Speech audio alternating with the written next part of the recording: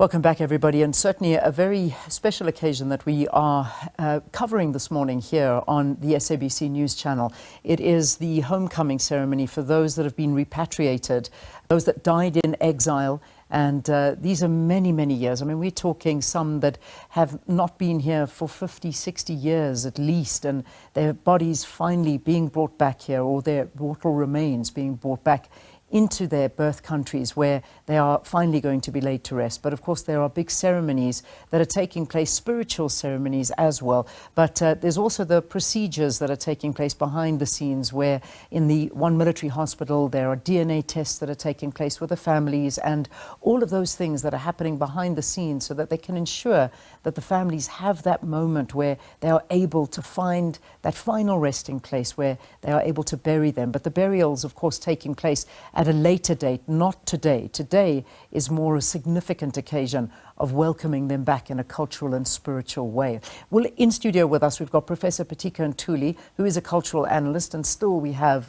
Nocawe Mafu, who is a member of the National Executive Committee and also working on bringing these bodies and these remains back into the country. But Prof, we ended off our conversation on a note of talking about the important relationships and between South Africa and different countries like Zambia and Zimbabwe. But you were going to bring it home to where we are today and how something went wrong in those relations. But perhaps you want to talk to us about that. It's very interesting that, I mean, I have lived in a number of African countries. Some of them, the government did not want us, but the people wanted us. Yeah. But today, we are bringing people from Zimbabwe and Zambia. We are learning how those people protected the people against odds. And yet, when Zimbabweans come in here, they become makwerekwere, they are foreigners, and we even kill some of them. That is where, again, the question of a lack of spirituality in our society rules us so far. It's important that we have got this vision right now to focus on spiritual things. People who went out there, they did not just were fighting, but people got married there. They had children, they linked with those kind of families. So when those people come in here, because they feel part of it, that's it, then we are discriminating against them. That is just one of those narrow-minded things. It's the same as whenever anything goes wrong, we have to blame apartheid. We have to blame somebody else. We are not looking at ourselves as to whether how do we mess things up. We have got a genius for coming up with very good things. RDP, ACTEC, National Curriculum Statement. But we have got a fiendish ingenuity to sabotage what we ourselves actually start. There is no continuity. We had the Truth and Reconciliation in the committee. If at all we had continued with that, the ceremonies here would actually be even totally different. Yeah. But we start things and then we just jettison them there. That serious disease of continuous discontinuity that troubles the souls and causes so much conceptual violence. Yeah, and it's an important discussion to be held, and I think moments like this are the times where we stop and actually remember. History needs to be a part of our culture, and we need to remember these moments and these allies at a time when we needed them most in the history to be where we are today.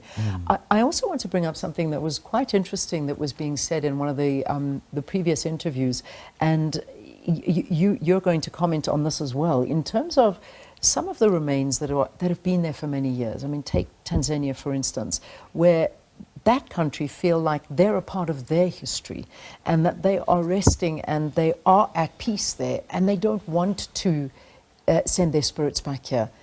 This is a very difficult and fine line, I imagine, because how do you know what the actual spirit wants? Do they want to perhaps stay where they are, where in peace they are, or come back here? How do you negotiate this? Look, I think one must also appreciate the fact that these frontline states look at our martyrs as their martyrs as well. Yeah. Because it also says, as we always say, we are all Africans, but also this struggle was for all of us. We took part on your behalf into the struggle.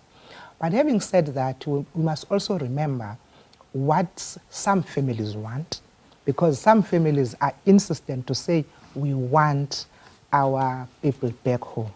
That's why the relationship between the governments, the frontline states governments and our government in dealing with this project must be the one that doesn't break the relationships. It is the one that must strengthen and make it more often. We took a decision that, look, as we repatriate, one of the important things is that, remember, we don't repatriate anybody without a family member being there. So if the family is not there, body doesn't come, because the family must be there and agree that exhumate. So that's one. But secondly, we have also agreed that when we've done with those exhumations, those graves must be closed off and be a memorial for those countries, so that even if Prof goes back to Tanzania, for instance, they can go to that grave and know that my brother slept here. So they will be closed and put a stone. That's part of memorialization. So that even if they have come home, but Tanzanians, Angolans, and everybody still know that South Africans were lying here. So that way we are able to make sure that there is that comfort, and that link doesn't just break. Doesn't ever break away.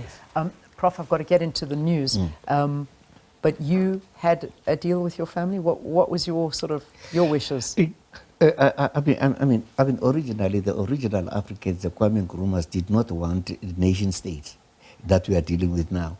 We wanted a civilizational state. If at all we did that, then those questions would not actually be. Indeed. It would not be arising. But at the same time, again, it's a strength of what you really feel.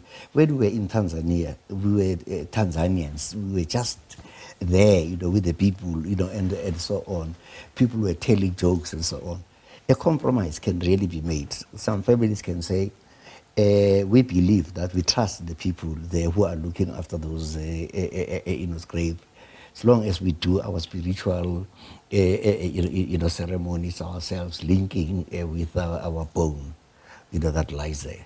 Amazing. So you have got to be very, you can't be stereotyped. Exactly. You got to move with the feelings and see how it goes. Well, a very special morning this morning.